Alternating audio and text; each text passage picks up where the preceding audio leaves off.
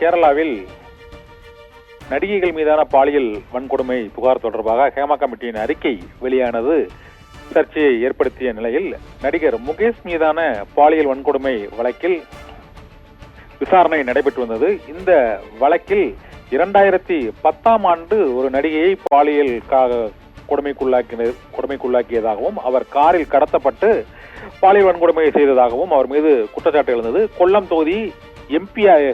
தொகுதியின் சட்டமன்ற உறுப்பினராக உள்ள நடிகர் முகேஷ் மீது இந்த குற்றச்சாட்டு எழுந்த சூழ்நிலையில் அவர் முன்ஜாமீன் கோரி மனு தாக்கல் செய்திருந்தார். இந்த சூழ்நிலையில் இன்று அவர் கைதாகி ஜாமீனில் விடுவிக்கப்பட்டிருக்கிறார். ஏற்கனவே பாலியல் வன்கொடுமை வழக்கில் நடிகர் சித்திக்கின் முன்ஜாமீன் ரத்து செய்யப்பட்ட சூழ்நிலையில் நடிகர் முகேஷ் இன்று கைது செய்யப்பட்டு எர்ணாகுளத்தில் மருத்துவ பரிசோதனைக்கு பிறகு நிபந்தனை ஜாமீனில் அவர் விடுவிக்கப்பட்டுள்ளார். தொடர்ந்து கேரளாவில் நடிகைகள் மீதான பாலியல் வன்கொடுமை தொடர்பாக ஹேமா கமிட்டி அறிக்கையின் பரிந்துரைப்படி தொடர் நடவடிக்கைகள் அங்கு மேற்கொள்ளப்பட்டு வருகிறது. அதன் அடிப்படையில் தான் நடிகர் சித்திக்கான முன்ஜாமீன் மனு ரத்து செய்யப்பட்டு அவர் வெளிநாடு தப்பி செல்லாமல் இருப்பதற்காக லுக் அவுட் நோட்டீஸும் இன்று பிறப்பிக்கப்பட்டது. இதைத் தொடர்ந்து நடிகரும் அரசியல்வாதியுமான சட்டமன்ற உறுப்பினருமான முகேஷ் இன்று கைது செய்யப்பட்டு ஜாமீனில் விடுவிக்கப்பட்டிருக்கிறார். ஆபிரகாம்,